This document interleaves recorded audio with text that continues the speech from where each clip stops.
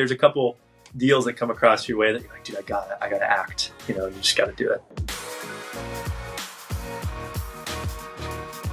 Welcome to the Real Estate Investing School podcast. I'm your host, Joe Jensen. Our guest today is Tanner Huber.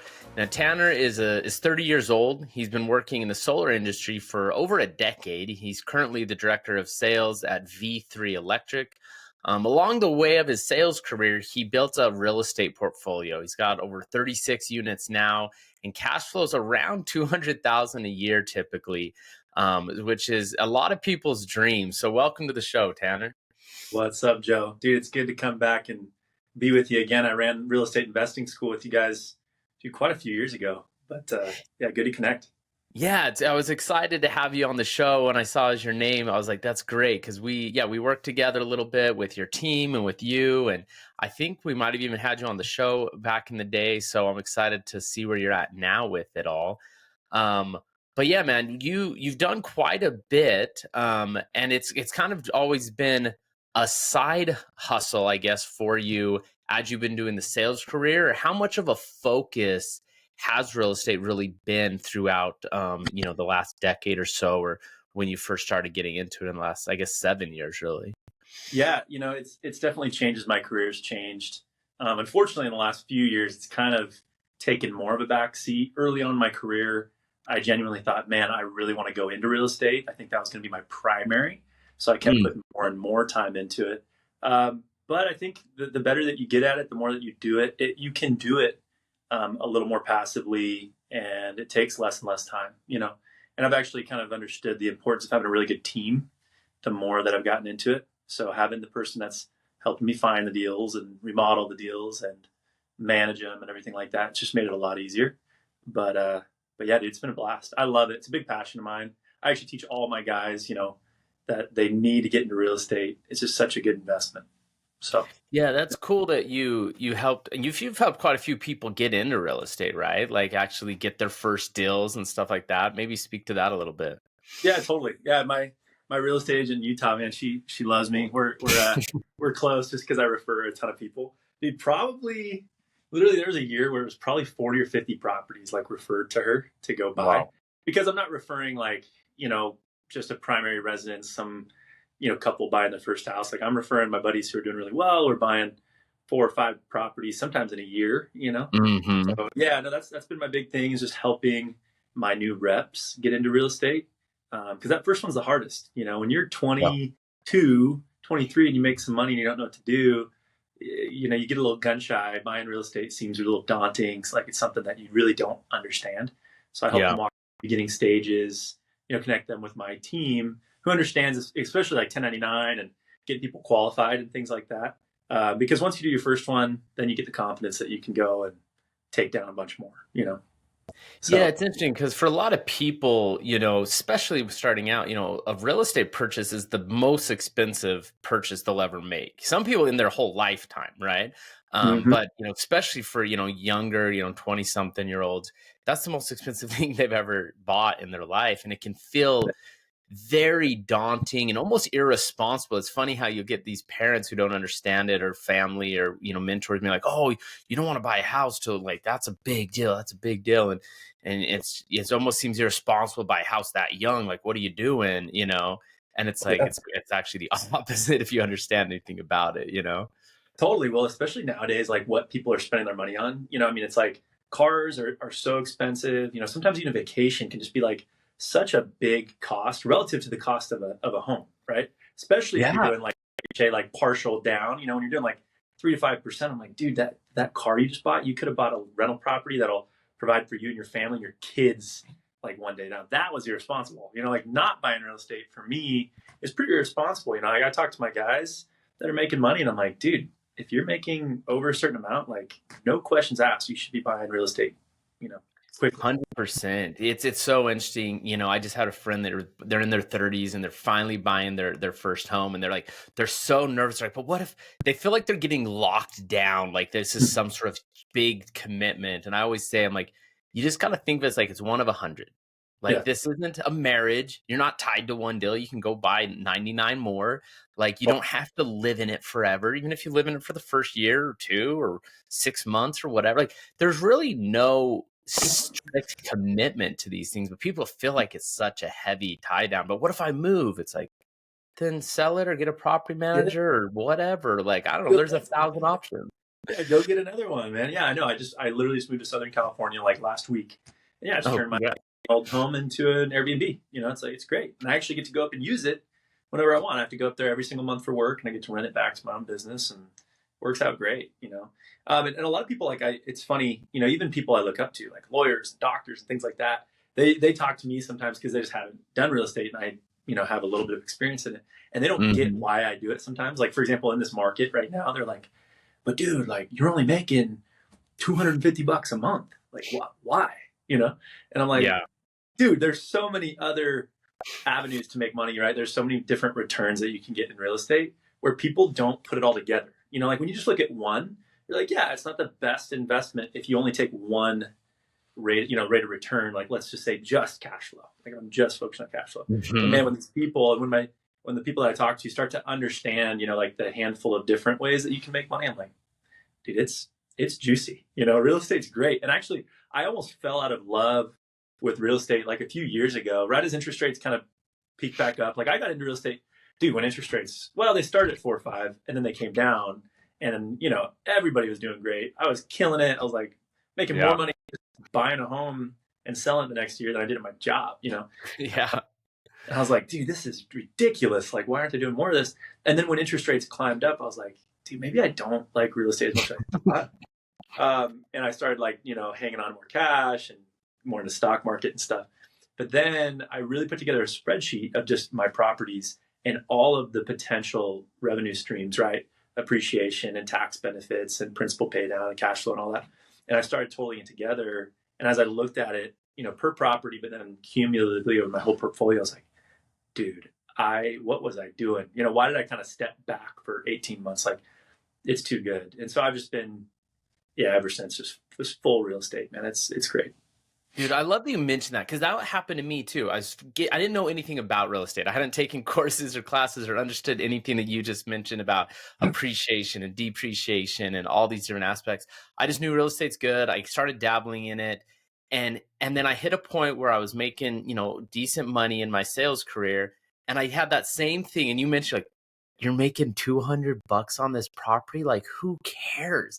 And I was Yeah. like, what am I doing? And I kind of stepped back for a few years during the best time to ever buy in the history of my life, unfortunately, because I didn't get it. I was just like, yeah, it's a couple $100. Like, I make that in a day selling half it just Yeah. doesn't matter, you Yeah. know. But like you said, people miss the big picture of all the other ways to get a return, and most returns don't do that though. Like you say, if you look at your stock portfolio, you get an 8 or a 10 or whatever, that's all there is. It's just that return, Just you that. know. But Totally. it's like you can make that just on the appreciation, or you can make when I run through my spreadsheet, a lot of times, like the tax benefit alone can be like a 20% ROI just on Mm-hmm. the taxes. I'm like, Totally. well, that's Dude, huge. Like, 100%. And then with time, it just gets better and better. Like, I mean, yeah, when you're dealing with like a fixed rate mortgage, and granted, taxes and insurance creep up a little bit, but I've finally gotten to a point where I got to see the benefit. You were talking about my portfolio and the cash flow and everything. It didn't always cash flow like that. In the yeah, beginning, I was making, a couple grand a month, and I was like, okay, like this is cool. It offsets a little bit here, a little bit there, whatever. But now it's been about 7 years. I still own my first property, and like that one property, I think like a $1,200 mortgage, like it's so little, and I rent it for like $3,200. I'm like, dude, that one property now cash flows what my whole portfolio used to, just hmm, because of time. And one day that same property will cash flow me 4 grand in like 10 years, or something like that.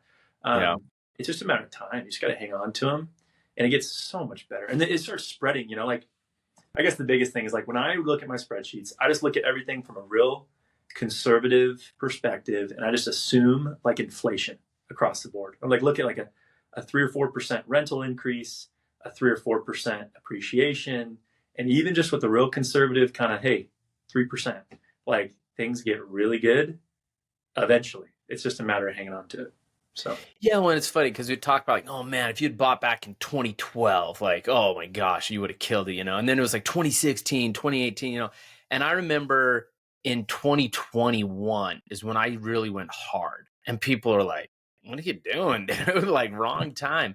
But now we're looking back at 2021, being like, man, I wish I'd bought more then.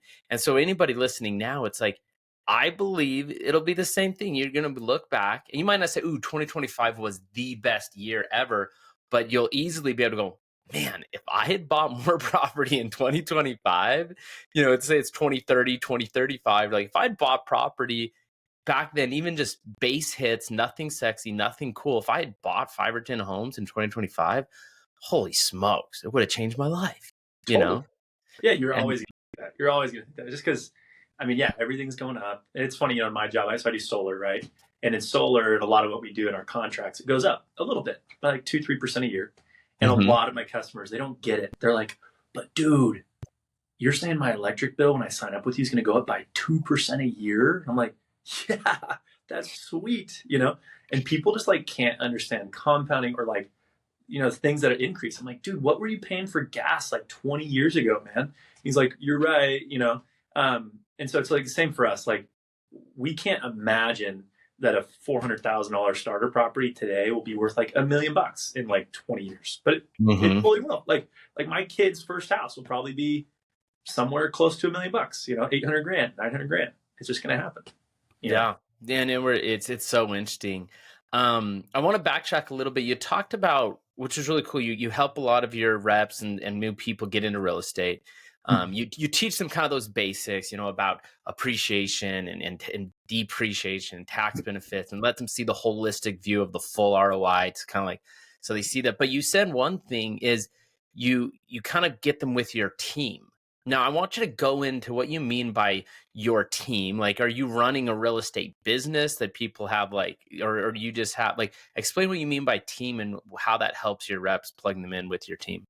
Totally. Yeah. I mean, like, I just believe in hiring professionals, like I do what I do because I know more than the people that I'm selling to, and so same thing in real estate. I'm like, dude, hire a professional that you trust that's going to take care of you, to do their job, because you're gonna have to pay it either way. You're gonna have to pay the fees. And actually, the person that I use, she only charges me half the fees, which is nice, and charges all my people half the fees. So I'm actually, in most of my life, I'm not super biased about who I recommend in much of anything, but my agent and her husband, I recommend them. Like, I actually get really frustrated if my people use anybody else, because they come back to me and they're like, yeah, they did this or they messed this up. And I'm like, dude, I freaking told you, you should have freaking used my people, So anyways, I'm really passionate because they do a great job. And so, yeah, plug them in with my agent. She's awesome, out in Utah County. And man, it's all she does. Like, no kids, no nothing. She's just real estate 100% of the time, half the fees, kills it. Husband's a general contractor. So then they walk through a property for me and they're like, look, this is the purchase price. This is going to be your remodel cost. I've already ran comps. This is what it's going to rent for. I know that because I've worked with them long enough. They're real conservative. And then they'll even like prep it for an Airbnb for me. Like, hey, we got the plates, we got the dishes, we got everything. Literally, I just say, cool, buy it. And then it's done. It's done from end to end. And they're like, hey, it's ready to Airbnb. Like, sweet, thanks so much. You guys are awesome. Pay them, what they totally deserve, probably less than they deserve because they're just awesome. And then pass it to my manager at that point. And again, yeah, my manager's somebody I trust, and it's, we've kind of built it. She actually didn't start as a property manager.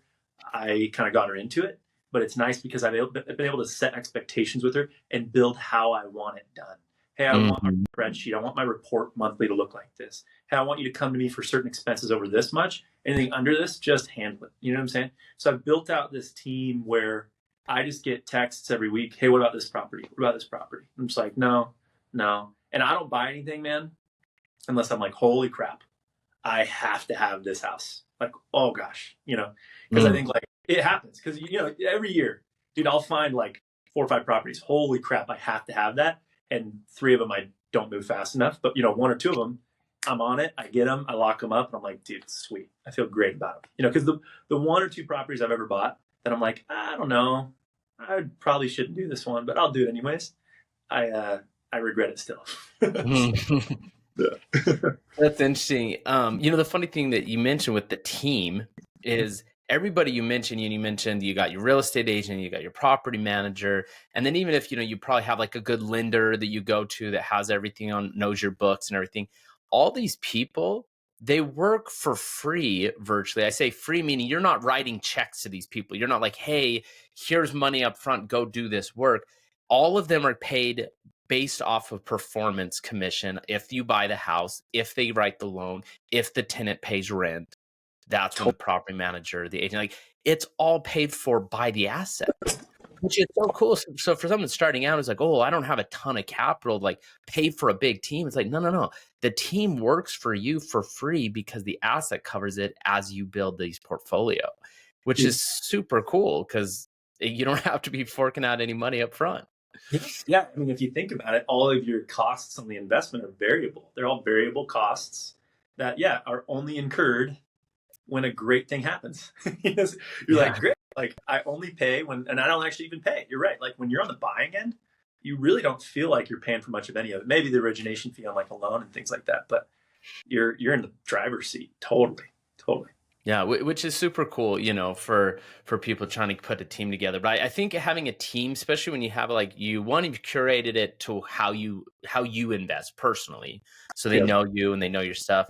But having a team encourages you to actually take action. I think if you don't have any of them pieces in place, you're like, oh, is this going to be a big headache, or how am I going to get this furnished or get it all set up? And there's all these friction points. It's easier to not buy. And then that's, you like say you're paying these people to buy the furniture, you're paying them to do this, you are paying some money for that stuff. But if you didn't, then you probably wouldn't be buying real estate, which would be way more expensive than whatever you're spending to get these people to do it for you. Well, totally. And like, dude, because I'm an investor, people see it differently. Like, well, first of all, really quick to go back to the fees of like furnishing the house and stuff like that. I've negotiated with my agent. I said, hey, I'm buying a ton of properties. I'm sending you a ton of referrals. So she gives me a little bit of her commission on every deal to then go back towards fixes and buying furniture. So actually, a lot of times these fixes, this furniture, this stuff, I don't even pay for it. It just comes right out of the commission, which is great. But one thing I'd recommend to like I love that. To anybody who knew who's listening, and some of my guys, right, they don't go buy real estate in Utah where I buy real estate, right? They're like, hey man, I'm from Arizona. I'm like, great. Here's what I'd recommend. When you're putting together your team, dude, go find the best agent in the whole place. Meaning, like, I'll go on Zillow and I'll see how many transactions people are doing. And I'm like, look, you don't want to go use your mom's friend who doesn't know what the crap she's doing. You know what I'm saying? Like, oh yeah, she has her license maybe, or she just got into it. You're like, no, you want to go find the best. And then you want to tell them you're an investor. If you are an investor, right? If you're just buying your first property, fine. But if you're an investor, they're going to look at you a little different because they're like, oh, dude, this is reoccurring business. Like if I do well with on this property, and he's the type of guy that has, hey, I'm going to be buying a property or two every year, treat you a little bit differently. And you do that as well with your mortgage guy. You're like, dude, I want to go to the mortgage guy who's done this for 10 years and does like 5 loans a week. Like I just want this guy to be pumping because he knows the ins and outs. Same with the agent. You want to be working with professionals. You don't want to go find the low-hanging fruit, somebody who just got into it. Oh man, it really makes such a big difference. And the longer I'm in, the more and more I see that, and like say an agent who just doesn't know something could just botch an amazing deal. And agents that do, not only do they know how to make sure the deal comes to fruition, they might even bring you a deal, right? Like they're the other way, they call them like pocket deals, when it's not listed yet, but they go and they tell you about it. And then they don't have to do 20 showings and the seller gets it closed way faster. And if they know that you're the right guy and they're a good, well-trained, connected agent, they're going to have pocket listings for you. They're going to make sure the deals go through. But you mentioned the lender. Man, how many deals have gone south because a lender dropped the ball on some deadline or some piece of paperwork or some issue? I've had some lenders just straight up say, oh, we can't do that.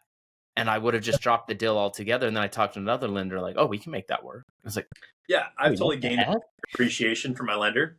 Like at first I was like, I don't know if he's like the most dialed, and if he's listening to this, like shout out to him. But like I have gained an appreciation because I've seen all my buddies and their experiences where I'm like, I never had to do that. And I'm like, a great lender isn't even somebody who like makes miracles happen. They just make deals happen though. Like Mhm. they just get the job done. Cause like there's a majority of lenders who just can't even get the job done. I don't get it. For like pretty basic stuff. You're like, up front, I make this much money, this is how I'm employed, this is how much I need, all these things. And they're like, yeah, I could totally do that. And then the day comes and they're like, dude, we can't even do it. You're like, what are you talking about? I've seen it happen time and time again. Totally. Yep, 100%. And there's so many pieces to that too. Or yeah, lenders, if they know how to work it, they can save you a ton of money, get you amazing deals, but they get it done. Yeah. So I love the idea of having a good team, experienced, not just some random cousin or uncle. And if you're just doing a one-off and you already know everything about the deal and you found the deal, like, yeah, who cares? Whatever, you know. But if you want to do multiple and you're trying to be competitive, having a good team in place to act fast and act effectively can be huge with making sure it actually happens. Super key, man. Super key. And I like how you're telling your guys, you know, you buy where buy where you have a connection. You know, it's like you don't have to buy in Utah County like Tanner, like buy in Arizona, buy in Kentucky, buy in Wisconsin. I tell my students the same thing. I'm like, more important than finding the perfect market is go somewhere that you have connection. You know what I mean? And if it's your backyard because you live there, you obviously have some intimate knowledge about it, and that's going to help. But if you have an uncle or an aunt or a friend or a cousin or another investor, a partner, whatever, that's already proven it in a certain area, that's going to be more valuable than some theoretical perfect area on paper that doesn't actually exist because they all have their pros and cons. Well, like you said, like use their network, you know? Yeah, I tell my buddies the same thing. I'm like, dude, like, well, first of all, I live in California. I'm like, probably don't buy rentals in California. You know, I was like, I don't always encourage that, you know, just because the prices and the cash flow and the laws and regulations. But I tell them, find anywhere else that you have a connection to, you know? If you have a reason to visit there, you know, like I don't know, like I think you do it a little bit differently because you're like a real estate professional. You do this all day, every day. So you can get pretty spread out. But like I like to try to keep it kind of close. I like to have an excuse to go there every once in a while. Like I'd love to see a property, you know, like once in the time that I own it. You know, I like to, you know, maybe visit that state, you know, twice a year on accident. You know, so I tell all my guys that. And then I just look for markets where it's like, look, this is a a friendly state in terms of like laws and stuff like that for owners. And then it's got a healthy balance of like you're going to find some cash flow.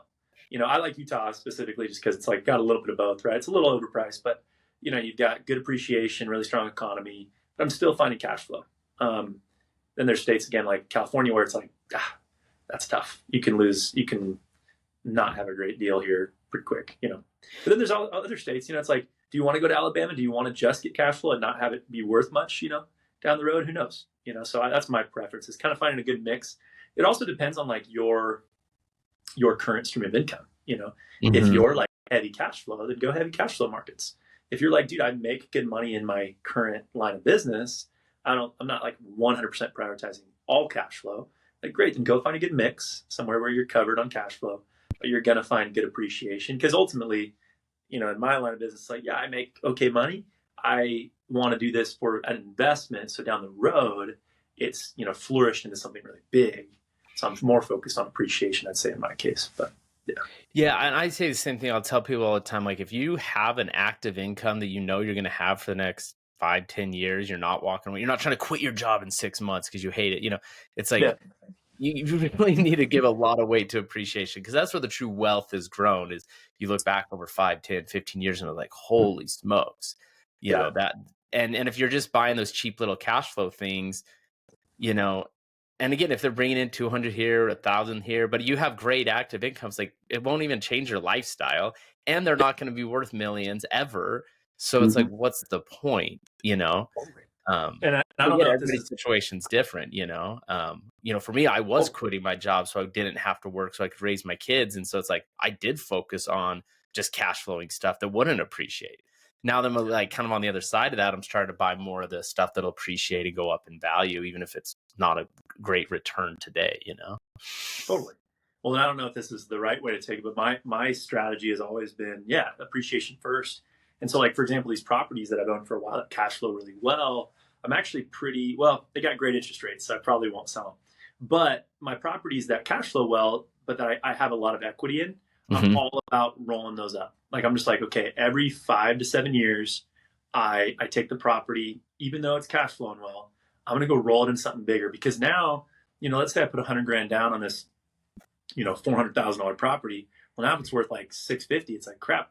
I'm not leveraged. You know what I'm saying? Like I have $350,000 of equity just sitting there, and now I'm like I'm not leveraged 4 or 5 to 1. And so I always just take them, roll them up into something bigger, because like I mean, yeah, I wish I had a whiteboard or something, but like for all my guys, I just whiteboarded out, and I'm like, man, if I'm leveraged in a deal, minimum, typically it's about 5 times, right? But 20% down, and so I'm leveraged 5 times. Then I always look at it as inflation. I'm like, dude, I'm 5xing inflation every year Mm. at the minimum. Like that's like my first stream of return. Like that's bare minimum. And so guys, when they start seeing that, they're like, wait, that's just depreciation. You're like, yeah, dude. Then your cash flow should start around at least 6 to 8%, hopefully 10. And then it grows from there. And they start like looking at all of it, and they're like, dude, wait, this is really good. I'm like, yeah. And then you sell it 5 to 7 years later and get into a bigger thing. And then you go from a duplex to a fourplex to your 10 unit little apartment complex, and then you retire and cash flow heavy. Yeah, it's funny. You're like, oh, I'm not leveraged, and you're saying it like it's a bad thing that you're not leveraged. Like, oh man, I'm not leveraged I'm enough. I not need to leveraged. be more leveraged. A lot of people, especially when I was first learning about debt with real estate, was like, ooh, you're like, I don't want to be over leveraged. All leverage sounded like over leveraged to me. It was like scary, bad. Debt is bad. But with with building a portfolio and maximizing what you can do and getting more and more property, you do want to use a degree of leverage. And so for you, how much leverage do you like to have on it? Like how much do you like to, like, is Yeah. there a place where you're like, ooh, I feel over leveraged at this amount, but I feel under leveraged at this amount? Is there a sweet spot for you? Yeah, I mean, just because of, I guess, the investor I am, like, I've never gotten to be in a deal for any less than 20%. Maybe, and I'm sure I could, right? I'm sure there's definitely creative ways I can go do that, but I just haven't done that. And so I've Hmm. always been minimum 20. Now I do have to do 25% down.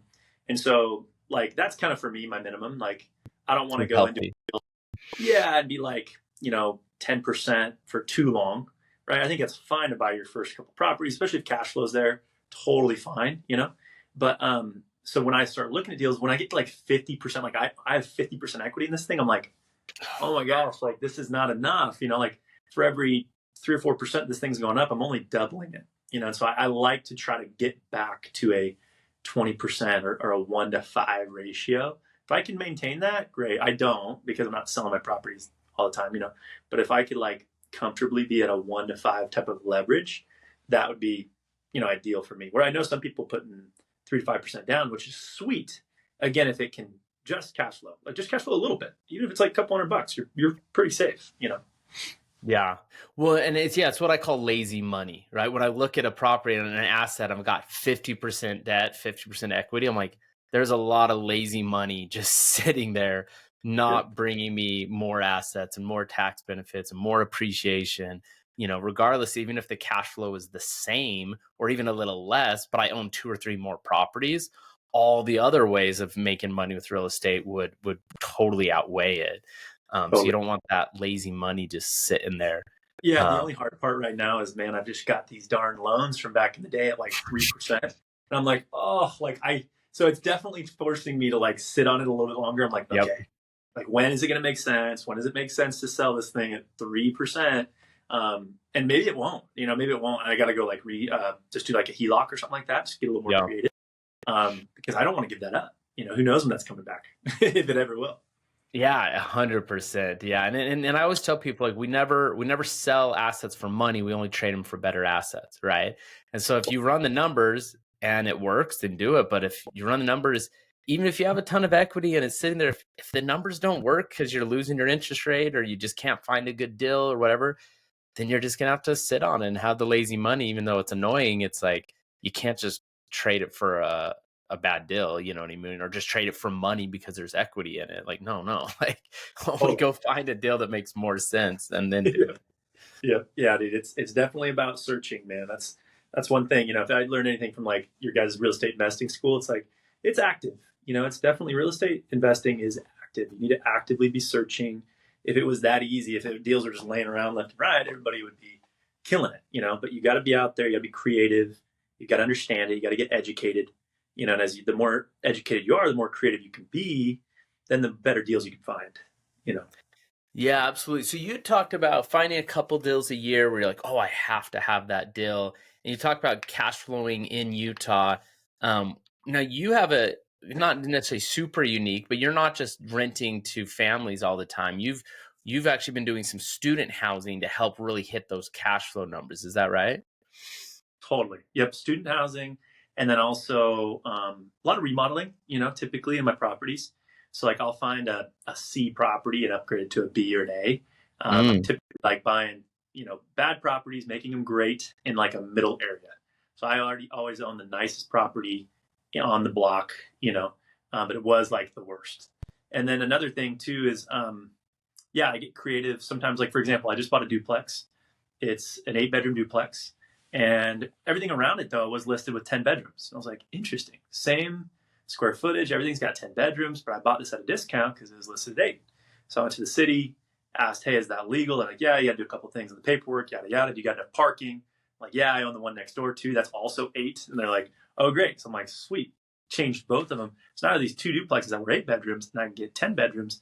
And yeah, I mean, like that's huge. If each room for me is in student housing is $500 or $600, it cost me, I think it was like 25 grand to put in those 4 bedrooms. Mm-hmm. Yeah, 4 across the board. And, I'm making $1,200 more per property. So $2,400 a month. So it took me 10 months to get that return on investment. And then everything else from there is just fake. So, Which for those listening, to take 10 months, that's less than a year, which means he's getting a well over 100% cash on cash return that year. Like over 100%. You're getting 8 or 10 in the stock market, right?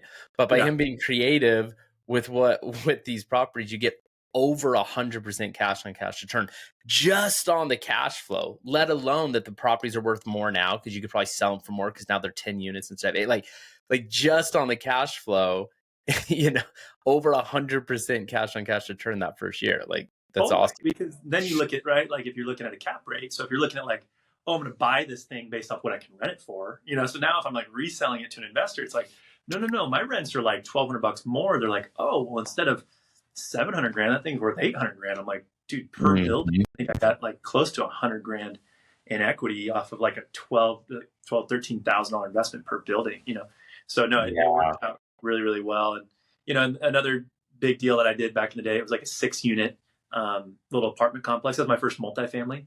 And similar, man, I went in, bought it they were renting it for $900 a unit, and they're 3-bed, 1 bath. So $900 a unit. And I was like, geez, this is terrible. And the bank wouldn't even lend to me on it because it was such a low like rent to cost ratio, Mm-hmm. So I had to get really creative. I had to give them a ton of cash up front. It was a really creative deal. And as I got leases in place, after I remodeled it, as I got the rents up, they gave me some of my cash back. It was very interesting how it worked. Every lease I submitted to them, they gave me like 25 grand back or something. They like deleveraged me or what is that called? Or maybe increased my leverage, I guess. They're like, cool, you don't have to have so much cash locked up on this property anymore. That's I got these rents from like 900 to today, they're 1850. And literally went and doubled the rents, which almost doubled the value, of the property. Bought it for 1.2. It's worth about 2, a little over 2. And I put like 200 grand into it. So anyways, like that return on investment was huge. I put 200 grand in, made an $800,000, return on that 200 grand in just a year when I got that done. Well, man, and you really hit an interesting point for anybody listening. Like the really interesting thing is what he's talking about is when they value commercial property, anything that's 6 units or more, it's valued as commercial. Even a 4-unit, even though that's not a single family, it's 4 units, that's still considered just residential. They rate it just like you would your normal house, where it's like, oh, if it's worth, all the homes in that area are worth 300,000, then your home's worth 300,000. You put granite countertops in, maybe it's worth 310, whatever. It's based on the actual like physical value of it. But if it's 6 units or more, it's based off of the book of business. How much money is this business making? And that's where you're talking about, you bring in 1,200 or 1,800, the business is worth more, even though maybe you didn't do granite countertops or do anything physically that would make it better. As long as the book of business is better, now it's worth more, which is so cool. And I like how, so these loans you get, these are commercial loans, investor loans, non-Q, whatever. I don't know why non-Q stands for non-conforming. There's no Q in conforming, but anyway, they call them non-Q loans. Yeah. And it's, they can do whatever, like you said, like you're like, hey, I'm going to give you, how much did you put down then when you did that extra, like 50% I had down like or something? 25% down was what the loan was going to be for. But yeah, I had to put like 40% down, and then I got the 15% back as I remodeled it and showed that it was going to rent for more. And that's just so creative, right? And that's what they can do. You know, when you get with lenders doing these properties, like they don't really have a lot of set rules. You can get creative and do a 40% with a payback if you increase it. And they just need to know that they're protected and that they're safe. And one thing I really like with lenders is they can be a really good way to like protect yourself, because they're kind of protect themselves. They want to make sure the asset's good, that it's solid. And if you follow everything they say, you're only going to be allowed to buy good, safe, solid properties that aren't over leveraged, you know, because they're covering their own butt, which really covers you in a very creative way. And they can be very smart. They spend millions of dollars making sure they're evaluating these things safely for themselves, which you can just piggyback on if you're new to it. That's true. I never really thought about that, but you're like, yeah, they're not going to put themselves in a bad position. So like, if it's going to work, it's going to work, you know, especially in these commercials, because they get in and kind of, pick it apart and get creative with it, you know. Yeah, commercials interesting. That's cool that you've got to reap the benefit of some of those, you know, those commercial valuations of the properties just going up based on what you did just to make more money. Dude, I locked that property up within a couple hours of it going on listing. Like, really? I was in too. I was actually behind somebody, so like it was like locked up like that. I was second. I was like, dang it, you know, that was one of those ones where I was like, I have to have this. And luckily it fell through. I got it, and I was like, dude, and I have not found anything like it since. It's just crazy, you know. Like there's a couple deals that come across your way that you're like, dude, I gotta act, you know. You just got to do it. So how are you finding these deals? Like you like that one or any other one? Like how do you find the deals, and what sticks out to you to be like, oh, I have to have that, as opposed to like, I don't know. Totally. Like I'm kind of handicapped because I'm just now like probably did this to myself in my mind that I'm like, I only buy, you know, somewhere between like Spanish Fork, Utah, so like around Provo, Orem, up to Salt Lake. Like that's like my only little pocket. I don't really want to get out of that. I probably won't even buy in like Lehigh and like the kind of like older married couple stuff, you know. I'm buying like student housing or Salt Lake. That's it. But no, so I'm just looking all the time. I mean, like whenever I look, like my Zillow's already set, the filters are in there. I just pull it up, like what came up. My real estate agents send me stuff all the time. One thing I would say though is I kind of found this ratio of what I'm looking for per bed. That's helped me analyze deals just real quick, just right off the bat, just to see if it's even worth my time to think about it, right? Rather than having like scroll through all the pictures and stuff. And so when you're doing student housing, you're renting it per bed. And so what I've realized is like sub 100 grand per bedroom is something that starts to be interesting. If you're finding something at like $70,000 a bed, I got to open that up. I've got to dig into it and see where the flaw is, right? If there isn't any flaw, if it's kind of remodeled, looking kind of nice at 70 grand a bed, I'm like, ooh, I gotta get this thing, you know? So that's what I look at, because I just know my ratios. Okay, I'll be able to cash flow well at 70 grand a bed. 80, 90 grand, I'm still gonna be doing well. 100 is where it starts to not make sense. So that's like some random number. I don't know if that was me or somebody recommended it to me that I came up with, and I was like, that's what I look for if it's worth my time. Yeah. Well, and that, you know, because you mentioned, you know, you have your filter set on Zillow, you have agents sending you stuff, and this is important. Anybody listening, like, it's because you have a clear buy box, which you were just described. Like, hey, I need this much per this purchase price per room. And when you have a very clear buy box, then the agent can actually find you what you want instead of just sending you random stuff. And your filters can be set. Like you've figured out enough filters and a good enough buy box that you can kind of quiet the noise and focus on what actually has a chance of coming through the end, which is super important. And like, most people are just like, I want a good deal. I'm open to anything. It's like, yeah. Good luck. Yeah. Like, for example, I've been looking for some multifamily. You know, I'm like, dude, I want multifamily, but I don't love one beds. You know, I just don't love like a single studio type thing. And it's like, just because, yeah, I understand the numbers, it's like, you're just not going to get as good returns. Like, I'm just not going to do that. And so I just like have these hard yes and no's. And it totally comes with just like looking at deals for long enough. And you're kind of like, no, I know what I like. I actually want like, I want as many beds per unit as I can. You know what I'm saying? Like, give me like a 3-bed. If I can find a 4-bed multifamily, like everyone is 4 beds, which doesn't exist, that would be sweet. That's why the one I bought this 6-unit, and it was 3 beds per unit. It's like, dude, that's 18 beds. Like, that's 18 potential people. And if I share some rooms, like, dude, that's a lot of people in a 6-unit. Like, that's rare.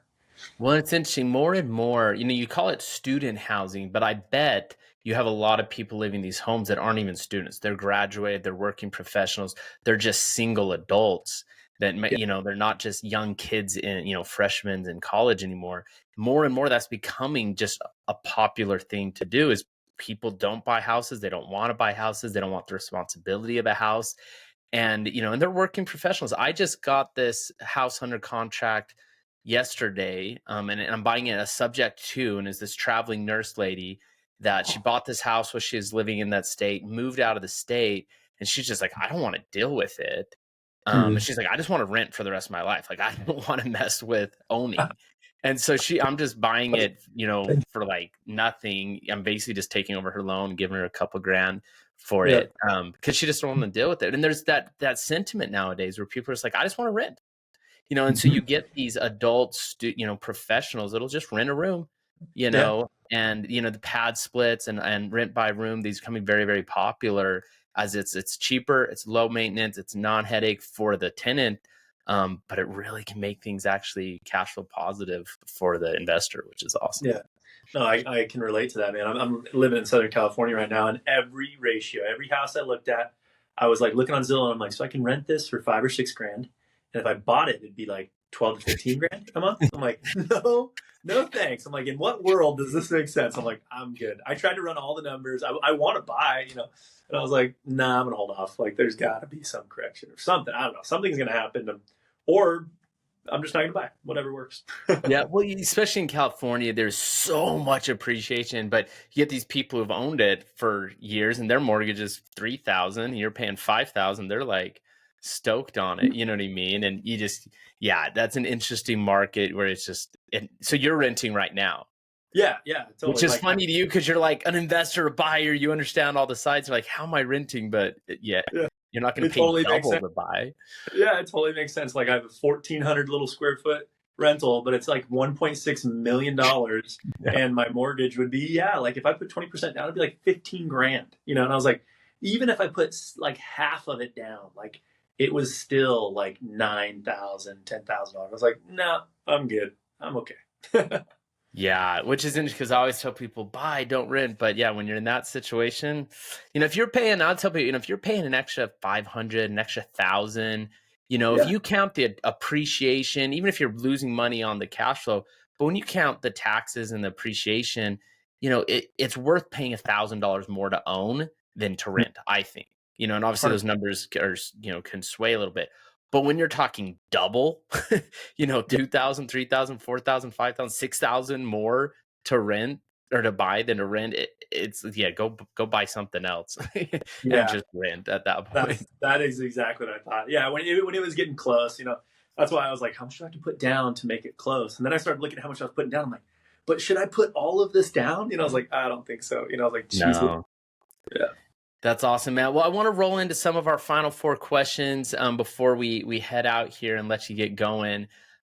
This is super cool. It's interesting to see just the journey you've made and how far you've come, and it's so cool to see, where you're virtually work optional now. You know what I mean? Like you could live off your real estate. You're making multiple 6 figures off that, and that's super cool. And that's a dream for a lot of people. And like I said, it doesn't happen overnight. It took some time to get there, but it's happening, and it'll just get bigger and bigger by the time you actually do want to step back and not actively work. It'll just be even bigger, which is so cool. Love to see it. That's the dream. All right. Well, I want to ask you a couple questions here. So first question, Tanner, if you could send out a text message to anybody in the world, maybe an email to the old people, but you send a message out to everybody, what's that message going to say from you? Oh man. impactful message. I thought you were going to say, if you could ask a question to anybody, I was like, oh, I'd just ask it. No, like just try to figure out a way to close the gap between where you are and your potential. Try to be aware of where you are. My job every day is I develop leaders. So this isn't exactly real estate advice, but it's like, understand your strengths, understand your weaknesses, and work on those weaknesses and close that gap. Because I feel like we're here. We have a reason for being here. Go reach that potential every single day. Progress is happiness. If you're not progressing, you won't be happy. So go push yourself, live in your stretch zone, live in your discomfort a little bit. And ultimately that'll lead to fulfillment. Dude, I love that. It's funny. I study a lot of Stoicism. I've been teaching my 6 and 8-year-old on the way to school each day. I quiz them on different Stoic principles.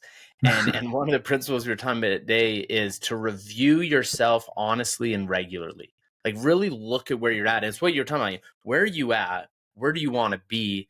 And what are the steps to take to get there? But you got to review yourself regularly. If you're not honestly looking at that and seeing, what the gap is, what your strengths are, what your weaknesses are, it's hard to grow. And it's funny you mentioned that, because I remember when I was like 20 years old, that was like this big thing for me, is just be honest about where you're at, where you want to be, and do whatever it takes to get there. Most people just don't honestly look at that, even though it sounds so basic to me now.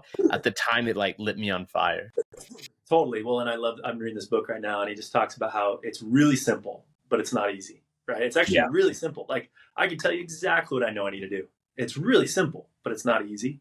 And then the last thing too, I'll throw on top of that is, the more I've aligned myself and my life with what is reality, like what is truth, the less friction I have.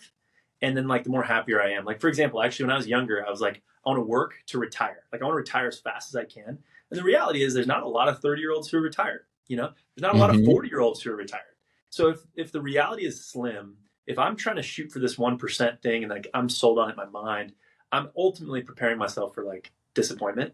And so like I was always had this friction of like, also like, for example, I sell solar. So I used to knock doors, and it's like, I would be thinking about a beach vacation in Cabo all the time. I was thinking this way, but my reality was this way. I was actually knocking doors.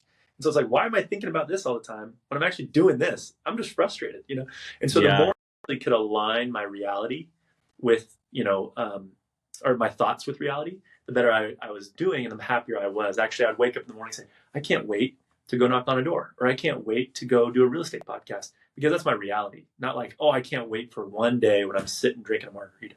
You know what I'm saying? Dude, I love that. Yeah, accepting reality as it is doesn't mean you can't change it. Doesn't mean you're accepting the future for how today is, but you need to accept today for how today is, because that's how it is. And if you don't, you're living in a blur, and it's hard to get anything done. And it's really hard to just be happy if you don't accept it. Yeah, a lot of friction there, man. A lot of friction. Oh, I love that principle. We could talk about that for an hour. All right. Question number 2, book or podcast recommendation? Ooh, I'm literally reading right now, and I've loved it. I'm only like 2 chapters in. Legacy. The book Legacy. It's talking about the All Blacks down in New Zealand, and what makes them unique, right? I love that. And then I also just finished The Way of the Bullfrog. It's a leadership book from Navy SEALs. And man, it's good. It's got a lot of principles, like a lot of quotes that I just want to use. So Legacy, Bullfrog, those are actually my last 2 reads, but they've been fire. Dude, I've actually read Legacy, and it is so good. Like, I don't know anything about rugby, but that book fired me up. I loved it. I mean, it's not about rugby, but it is, but yeah, such a good one. And then the other one was The Way of the Bullfrog? I think so. I think it's The Way of the Bullfrog. Cool. And man, it's this guy. He was the longest ever Navy SEAL. He like consulted like Clinton and Bush and all this stuff, but he's like been a Navy SEAL forever. And he just talks about all their principles and what makes them who they are and everything he learned. And it's good. It's so intense. Love it. All right. What's one of the most expensive or interesting mistakes you've made in real estate investing? Oh gosh. I'll try to speed this one up. A buddy of mine said, dude, do these hard money loans with me. I said, no way. He did like 6 or 7, was making like 10, 20% over like 2, 3, 4 weeks. Like, okay, fine. I was sitting on a bunch of cash. This is when I was hesitant about real estate. So I was just like, kind of had some cash piled up, and I was like, okay, let's do it. So finally talked to the guy who's setting him up. This guy, anyways, talk to the guy, get it set up. wire over the money. It's a lot of money. Like it was a big chunk of money. And turns out literally a couple days later, my buddy had recommended to another friend of his, and his friend looked up this guy, and this guy turned out to have an SEC Ponzi scheme filing for like 10 stocks.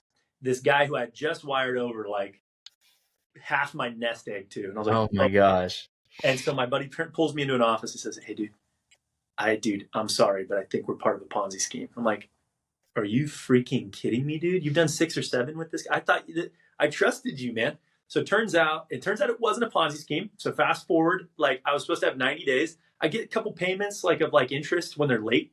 I was like, okay, whatever. I was like, actually keep being late because I was getting like 1% a week. And I was like, sweet, being late, man. Keep paying me. And so it was great. 7 or 8 weeks pass. I keep getting payments, then I don't. Then a year goes by, nothing happens. I'm in contact with people. Turns out I end up actually assuming the property. I get ownership of it. Control. I don't get ownership. I get control of it.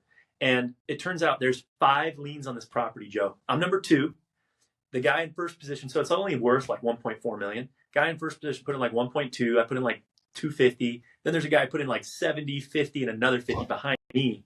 Jeez. Everybody's getting shafted. The person in first position are total like a-holes. And, I have to go negotiate with everybody. I negotiate everybody's payouts. I negotiate them all down. A couple people are getting like nothing. Jeez. And we had an offer for 1.5 on the table. I counter the offer for 1.65. They accept it, all cash. And so I got all the upside, and I almost recouped my entire investment. It was like the most wild ride of my life. And I lost maybe 25 grand in the whole thing, but it sucked. Dude, and then not to mention the time and the headache and the frustration. But imagine if you hadn't had the proper liens on the property. Because I know people that do hard money lending when they're first starting, they don't understand how to put the lien on the property and actually do it right. And then they lose everything. I lent the money and I thought I was first. I was second, which really kind of screws you. I feel bad for the 3rd, 4th, and 5th. They didn't even know they thought, So anyways. Wow. Yeah. And I mean, I don't mean to put you on blast, but that would be in some paperwork somewhere, right? Like the 3rd, 4th, 5th guys, like they should have known if they had dissected the paperwork that they were. They totally should have. Yeah, I had my lawyer look it over and everything. I'm trying to think like where. Like how would they not know they were 2nd, 3rd, 4th? Yeah, I don't know. I had no idea I was second. The guys told me lip service. Oh yeah, dude, you're first position lien holder. Sweet, sounds good. Sweet. Sketch. That's wild. Anyway, so bad. I learned a lot. All right. Well, I have to go get my kids from school, but I'm going to give you one last question here, Tanner. What's a one word or short phrase to encapsulate why you love real estate investing? Let's see. Low risk, high upside. I don't know, man. I love that I've got something physical, and that thing is going to be worth a ton of money one day. Appreciation and or compounding, man. It just gets bigger and bigger. So I love it. All right. Well, this is Joe Jensen signing off for the Real Estate Investing School podcast, reminding you to work harder and smarter.